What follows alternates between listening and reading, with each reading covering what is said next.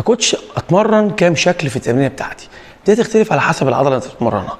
لو انت بتتمرن عضله كبيره زي الصدر، الظهر، الرجلين، ممكن نقول مثلا معاهم الكتف، ممكن من 5 ل6 اشكال هيبقوا كويسين قوي، 7 كحد اقصى. طيب لو بتمرن عضلات صغيره زي مثلا الباي، التراي، الريست، هيبقوا من 3 ل 4 اشكال فقط، عشان العضلات الصغيره دي بتبقى عضلات ليها رؤوس صغيره. طيب اهم حاجه هنا او التركايه ان احاول اتمرن كل الياف جسمي. يعني ايه؟ يعني مثلا اتمرن الصدر اركز بشكل كبير على كل زوايا الصدر مثلا، والظهر، واي تمرينه ثانيه.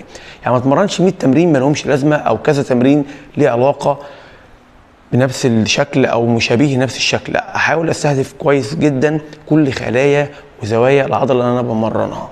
لو حابب اتابع معاك اونلاين وابعت لك نظام غذائي ونظام تدريبي واتابع معاك كمان يوميا، هسيب لك تحت في الديسكريبشن الرقم الواتس تتواصل معايا، وكمان هسيب لك الانستجرام تقدر تدخل وتكلمني. وعلى فكره بحاجه بسيطه جدا، مش غاليه ولا اي حاجه زي ما انت فاهم.